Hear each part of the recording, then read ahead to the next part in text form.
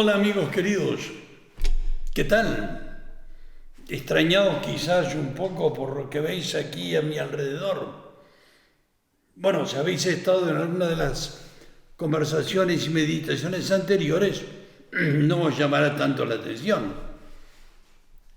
Aunque esto me hace acordar una vez que como estas cosas yo las he utilizado más de una vez en distintas charlas y conversaciones para explicar los símbolos cristianos, alguno que me vio llegar con alguna de estas cosas me dice: ¿cómo le gusta a usted sus juguetes?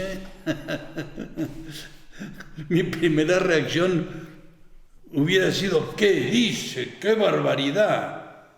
Aunque después, pensando un poco, digo, bueno, la verdadera verdad es que es un poco verdad que son juguetes. Son juguetes que me divierten. Me divierten porque me permiten, me facilitan explicar algunos símbolos cristianos y todo lo que conllevan consigo. Porque cada una de estas cosas tienen su gracia, por así decirlo. Además, como hemos estado viendo, estos distintos elementos son desarmables, como los juguetes, para poder explicar mejor las cosas.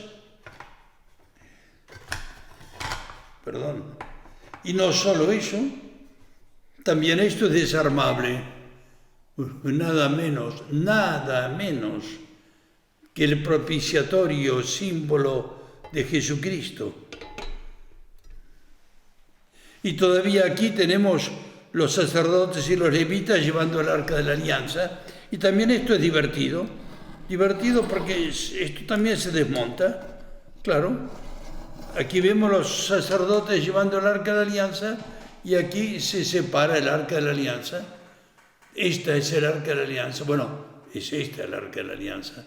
Pero es como para hacer ver, si uno no tuviese esto, por lo menos puede mostrar lo que era el arca de la alianza, que como se ve aquí muy bien con estas varillas, por así decir, es perfectamente desmontable y me permite volver a armarlo otra vez más y de esa manera ir explicando que todo esto era portátil. Sí, tan desarmable era que incluso cuando hablábamos, por ejemplo, de otro de estos juguetes como es nada menos que la tienda de la reunión en el desierto, aquí no lo puedo hacer, pero en el original esto era desmontable. Es decir, lo desmontaban y lo enrollaban y lo llevaban de distintas maneras, todos estos palos que se ven por aquí, y los llevaban de una parte a otra al mismo tiempo que iban llevando el arca de la alianza. Y todo esto tiene su simbología. Y hablando de símbolos, pues precisamente aquí hemos estado señalando símbolos cristianos.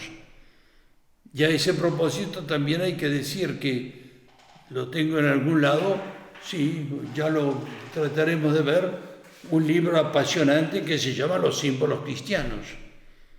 Evidente. Y aquí tenemos, por ejemplo, el templo de Jerusalén, el que conoció Jesús, porque el de Salomón era bastante distinto, en cierto modo más grandioso, aunque como grandeza y como fuerza y como tamaño, el del tiempo de Jesús, que es muy importante. Y este templo, que además tenía los otros grandes atrios a su alrededor, pero el templo propiamente dicho es un símbolo de Jesucristo.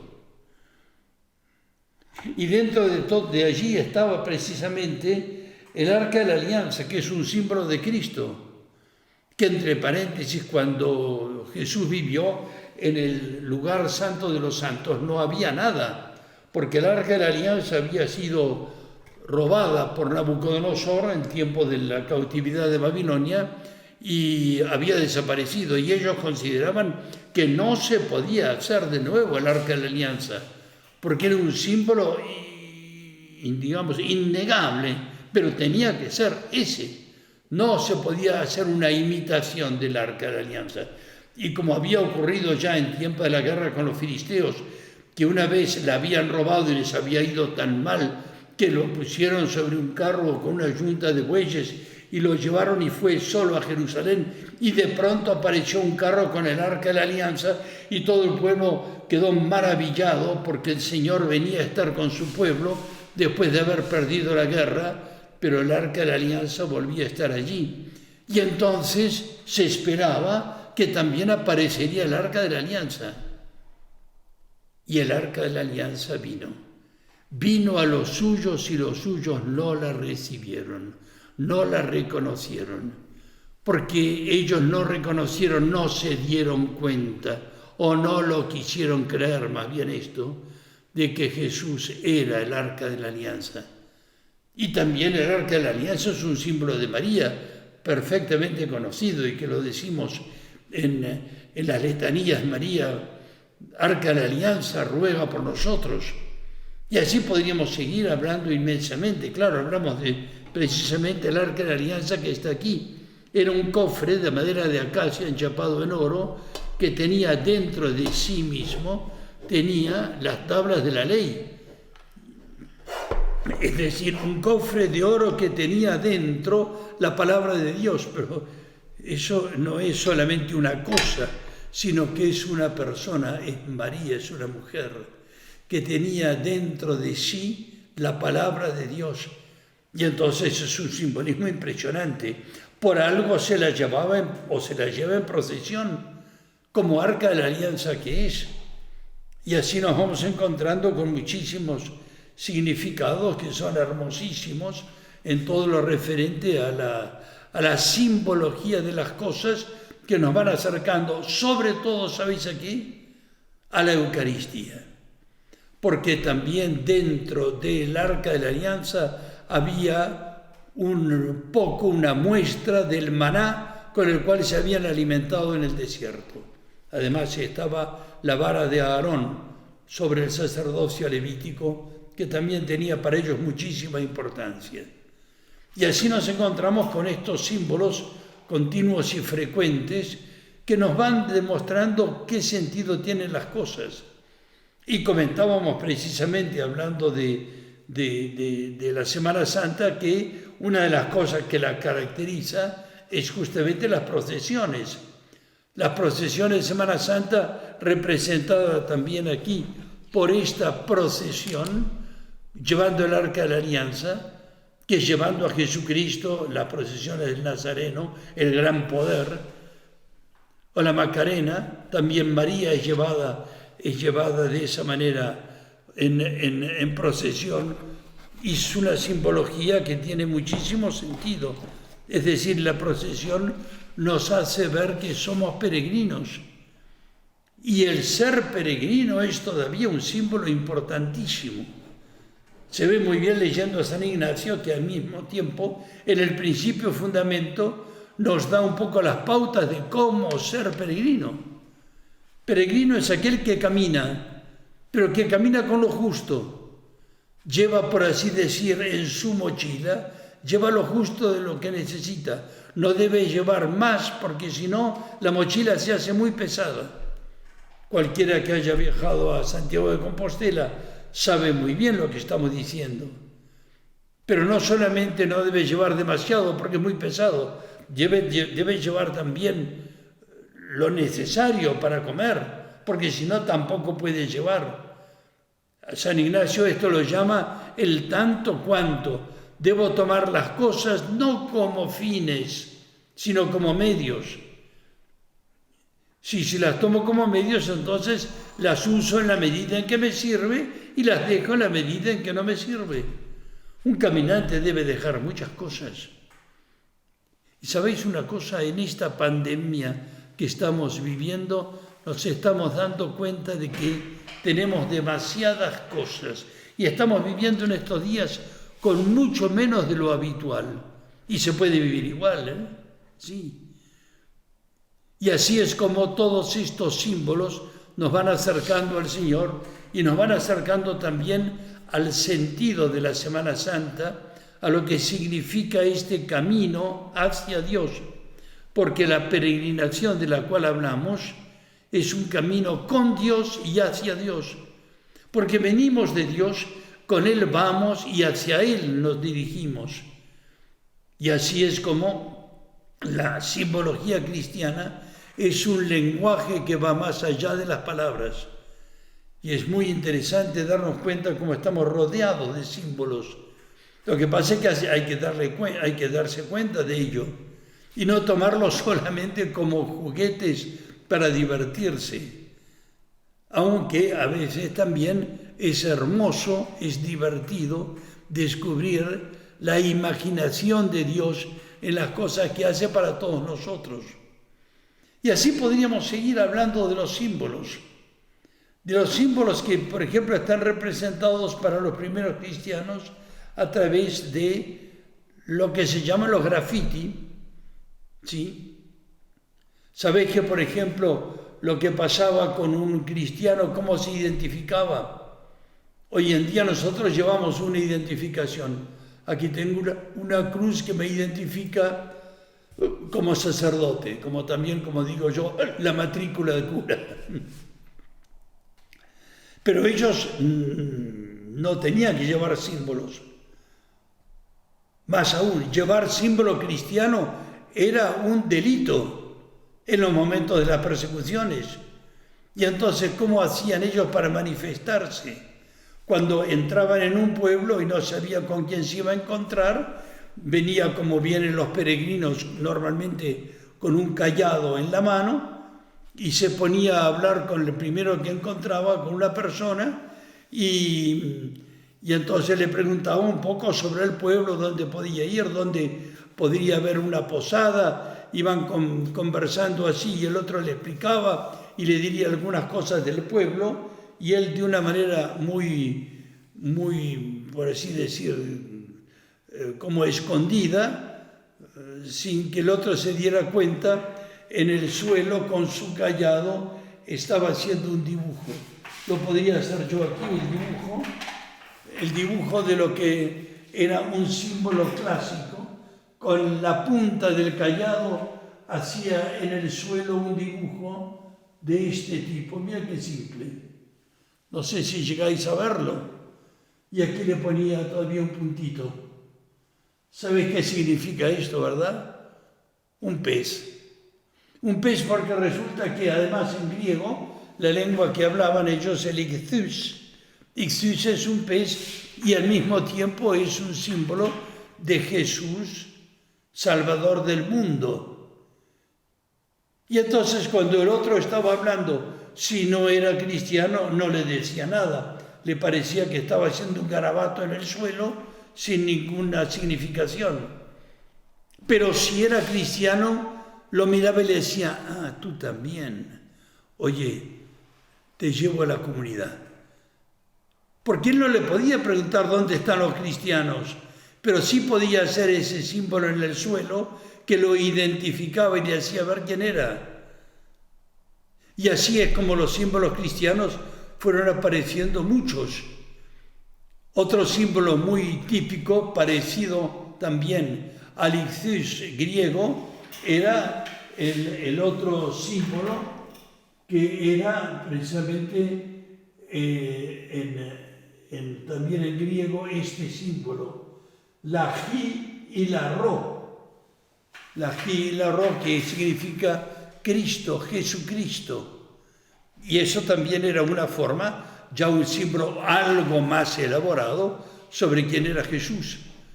Y entonces cuando estaba ese símbolo, o cuando está ese signo, cosa que aparece muchas veces en los féretros, nos encontramos con que esa persona que ha sido enterrada en ese féretro o en esa tumba era un cristiano, porque tenía este símbolo. Y este símbolo se va simplificando. La ro, cruzada de esta manera, significaba, a ver si lo veis, significaba justamente Jesucristo. La cruz y la ro significaban como la cabeza de Cristo. Y así se va simplificando todavía más cuando esto se transforma en el símbolo por excelencia que es la cruz. Y esa cruz entonces, comentaba yo justamente que aquí tengo la cruz como signo propiamente del sacerdocio, también del cristiano, pues en ese sentido puedo buscar una cosa que tengo aquí, que es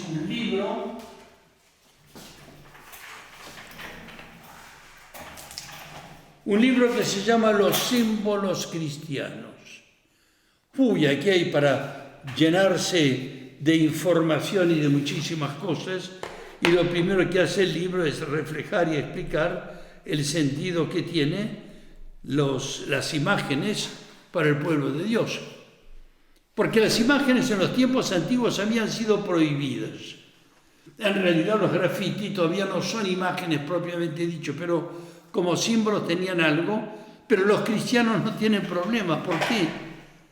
Porque San Pablo lo dice con todas las letras, que Cristo es la imagen visible de Dios invisible. Está escrito así en la carta a los Colosenses.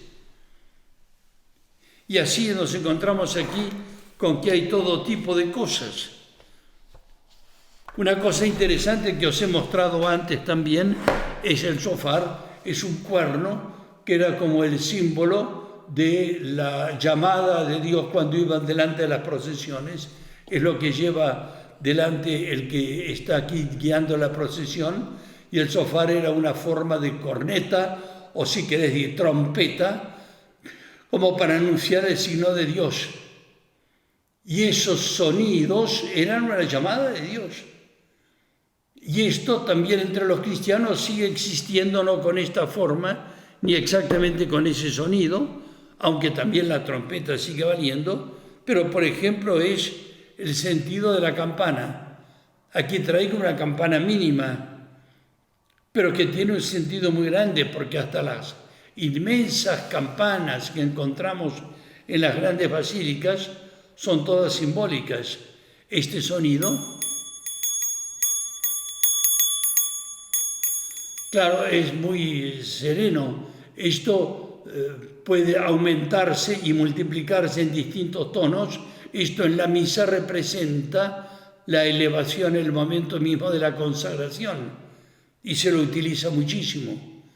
Pero se lo utiliza también desde el punto de vista de que en las parroquias, cuando suenan las campanas, quiere decir que va a haber un rito. Y así es como el sonido de la campana o de las campanas se lo representa como símbolo de la llamada de Dios, de la voz de Dios que habla. A nosotros los religiosos generalmente nos guiamos por las campanas que nos marcan los momentos especiales del día y que son considerados llamada de Dios. Cuando suena la campana, Dios te llama. Hace pensar un poco en el famoso hermano jesuita Alonso Rodríguez, que cuando oía tocar la campana que lo llamaban porque venía un peregrino o venía alguien de fuera a un colegio y oía la campana y decía, voy Señor, voy Señor. La campana o el timbre después cuando es un sonido de campana eléctrica, voy Señor. Y así cuando oímos la campana, lamentablemente hoy en día en muchos lugares nos prohíben, el mundo se ha hecho pagano y les molesta. La palabra de Dios dice porque no los deja dormir. Otros piensan es que les hace decir Dios te está llamando y Él no tiene ganas de ir. Y entonces hay otros motivos también que representan estas dificultades. Y aquí nos encontramos incluso con todo tipo de elementos que son símbolos de Dios. También los espacios sagrados, hablando del tema de los templos. Un espacio sagrado debe ser respetado como tal. Es un poco la casa de Dios y la casa del pueblo de Dios. La cruz es el símbolo mayor. Lo hemos puesto allí especialmente claro. El nimbo y la aureola, los símbolos zoomórficos, los animales en el Apocalipsis está clarísimo. Los vegetales, ya lo creo, muy especialmente el trigo y la uva, símbolo justamente de la Eucaristía, en muchísimos cálices y en muchísimos símbolos de los purificadores y los paños que se utilizan para la misa, están esos símbolos del trigo y de la uva, y todavía, bueno, el pez, ya lo hemos dicho, y junto con eso los útiles e instrumentos, mobiliario y útiles del templo, tienen todo su propio significado, y muy especialmente los números y las figuras, como está en el libro del Apocalipsis, y dice todavía el cuerpo humano. Qué interesante, la figura humana como símbolo, y elementos celestes y terrestres, el sol y la luna, son todos símbolos cristianos. Y aquí hay uno en particular que me llama la atención y que me gusta resaltarlo, y es lo que ocurre con el símbolo de la cruz. El símbolo de la cruz también se va revistiendo de algunas características propias. Y es como, de esa manera, como en un momento dado, al símbolo de la cruz se le añaden otros elementos, como es, por ejemplo, aquí una argolla, que parecería ser la cabeza de Cristo, no lo es. Y después abajo, como una especie de signo, como si fuera de victoria, y todavía un poco puntiaguda. Esta cruz se transforma, ¿sabéis en qué? Este símbolo es el ancla. El ancla, que es un símbolo muy utilizado y con dibujos un poco variados, como se ve en ese libro, es un símbolo cristiano porque ¿qué representa? Representa lo que representaba para los navegantes, otro símbolo, los navegantes, no solo los peregrinos, sino también los que caminan por los caminos de Dios y los que surcan los mares. Cuando venía una tormenta, un momento de peligro, ¿qué hacían? Echaban el ancla. Y el ancla era el signo de la esperanza de la salvación, importantísimo. Y no solo eso, sino también una vez que tocaba tierra firme el ancla, la barca quedaba sujeta al suelo gracias al ancla y no corría el riesgo de ser transportada por las olas cuando ya el timón se había quizá roto y estaban perdidos. Si no habían podido echar el ancla, estaban condenados a la muerte, por lo cual el ancla es el símbolo de la esperanza, el signo de la salvación. Y en la iconografía cristiana, cuando uno era enterrado y cuando en el entierro se le ponía no solamente el símbolo del Christus, la G, la Ro, que era símbolo de cristiano, si se le ponía el ancla se incluía que se había salvado, porque era mártir o también porque había recibido los sacramentos. ¡Qué interesante! Estos símbolos cristianos están cargados de significado. Es una cosa, como decíamos al principio, un poco entre risas, un poco los juguetes de Dios, los juguetes de nuestra vida, que estamos rodeados de ellos aquí y que nos hablan todas las cosas de Dios. Ojalá pudiésemos llegar a entenderlos mejor, como para llegar a adquirir el valor de las cosas, porque todo nos habla de Dios. Ahora esta Semana Santa, llamada también la Semana Mayor, es un momento especialmente fuerte y ya volveremos sobre esto porque hay algunos elementos, como es por ejemplo especialmente la luna, un símbolo fundamental para determinar la fiesta de la Pascua, ella como la esposa del sol y que representan a Jesucristo y a la Iglesia. Ya volveremos sobre estas cosas. Perdonadme esta forma de presentar las cosas porque a algunos quizá le parecen tonterías. A mí me parece que todo esto habla solo. Hasta la próxima, si Dios quiere.